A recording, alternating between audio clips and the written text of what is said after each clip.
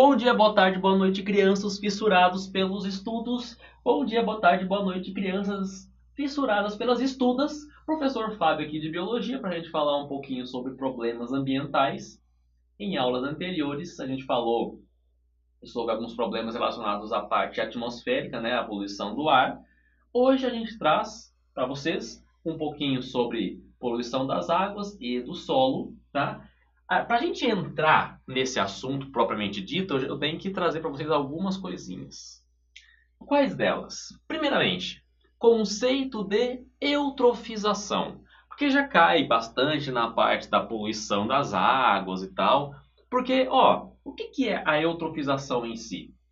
Vamos pensar num cenário, tá? Você tem um lago, um rio, um corpo d'água qualquer.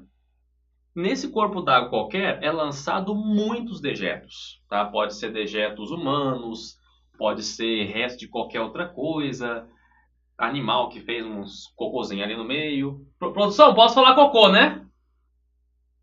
Obrigado. Então, fez todo esse negócio no lago, tudo é bacana. Essa todos esses dejetos, quando eles entram em contato com a água, né, eles vão sofrer ação ali, a decomposição todos esses dejetos na água, vai liberar muito nutriente na água. Daí você vai falar para mim assim, Fábio, mas caramba, você está jogando nutriente na água, isso é bom, né? Não. E por que não é bom? Porque quando você aumenta a quantidade de nutrientes na água, o que acontece além disso? Bactérias, isso aqui é bactéria, tá? Eu sei que vocês estão pensando coisas erradas, não é para pensar isso, tá? Isso aqui é bactéria, beleza? Bactéria. Bactérias aeróbias, o que são bactérias aeróbias? São aquelas que utilizam oxigênio. Quando você aumenta a quantidade de nutrientes, elas vêm ali, um lugar onde eles podem, ó, aumentar muito de tamanho.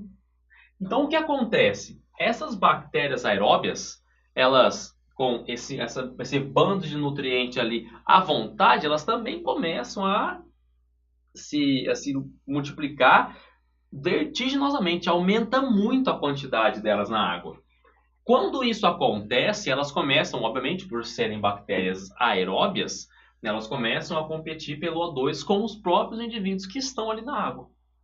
Isso acontecendo, essa competição pelo O2 faz com que haja morte de toda a vida aquática. Aí morre a vida aquática, aumenta mais nutriente, aumenta mais ainda essa quantidade de bactérias aeróbias. Consequentemente, depois de algum tempo, não vai ter mais nada, nem as próprias bactérias, tá? Porque a manutenção do oxigênio em um meio aquático é feita por todos os indivíduos que estão ali. Se você tirar uma grande quantidade delas, daqui a pouco já não tem mais oxigênio na água, tá? Então acaba morrendo todo mundo. E qual que é as causas da eutrofização? Não as causas, mas alguns problemas correlacionados a isso.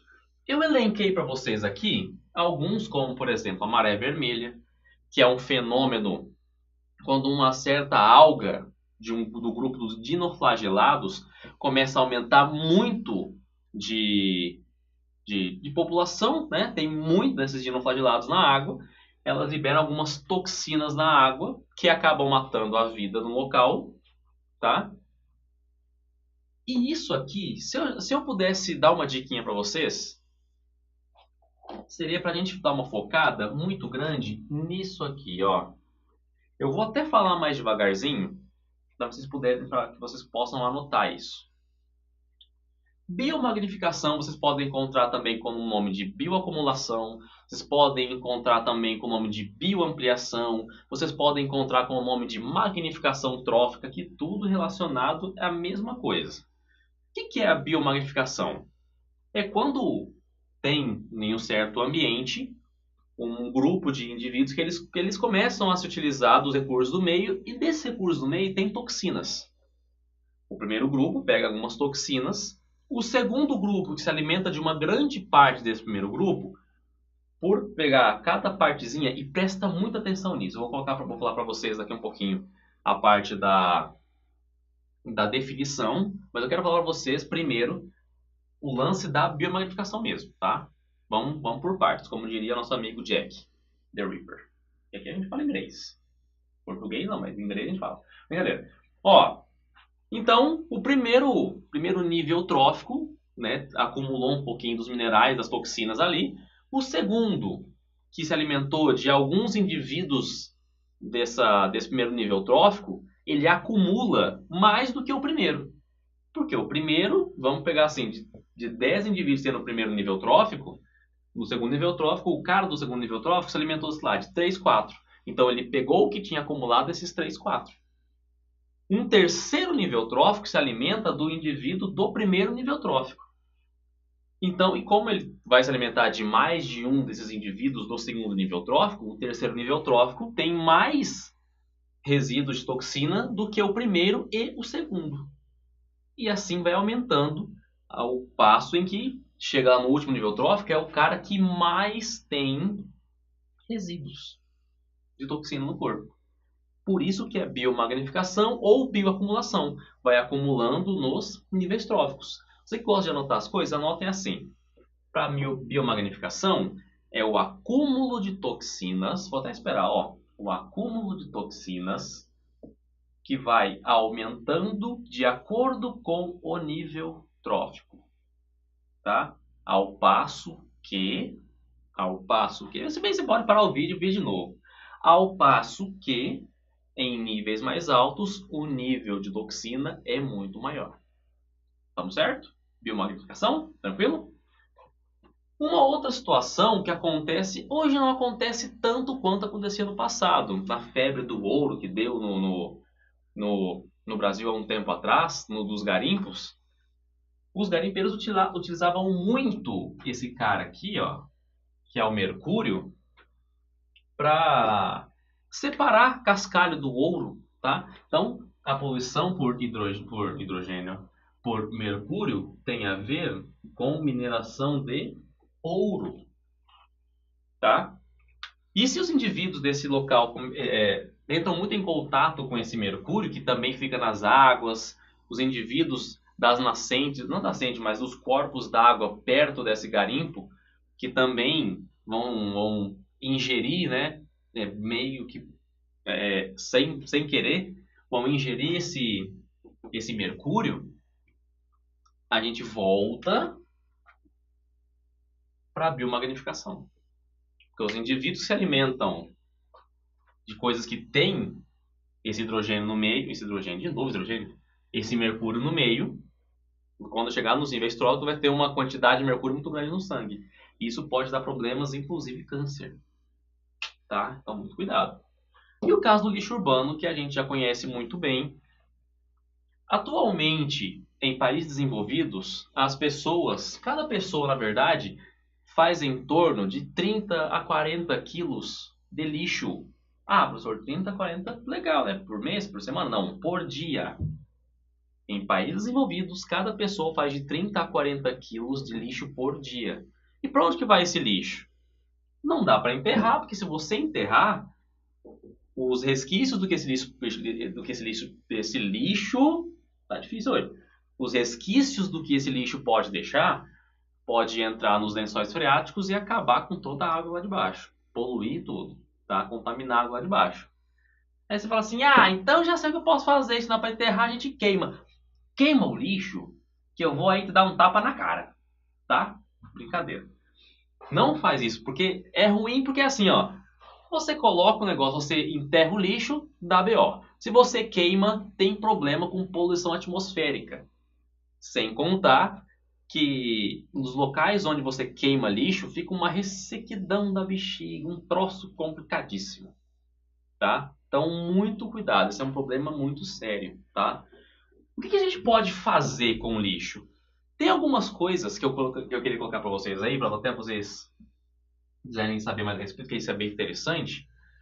A utilização do que a gente chama atualmente de biodigestores. O que são biodigestores? Os biodigestores, eles utilizam o lixo, a parte residual sólida do lixo, para fazer, por exemplo, fertilizante. A parte da queima vira CH4, que é o tal do metano, que serve inclusive como gás natural. Tá? Então, o biodigestor é um negócio bem interessante para ser usado. É óbvio que para você mexer com o lixo urbano, você tem que fazer também o que a gente chama de triagem do lixo. E nessa triagem do lixo a gente fala a respeito de tirar, né, de separar o que é lixo reciclável, o que não é lixo reciclável, lixo orgânico, essa coisa toda. Então essa triagem é importante. Por quê? Não sei se vocês sabem, mas atualmente o Brasil é um dos países que mais reciclam, por exemplo, alumínio, através das latinhas de refrigerante, de cerveja e de qualquer outra bebida. Tá? Então isso é importante vocês saberem. Bacana?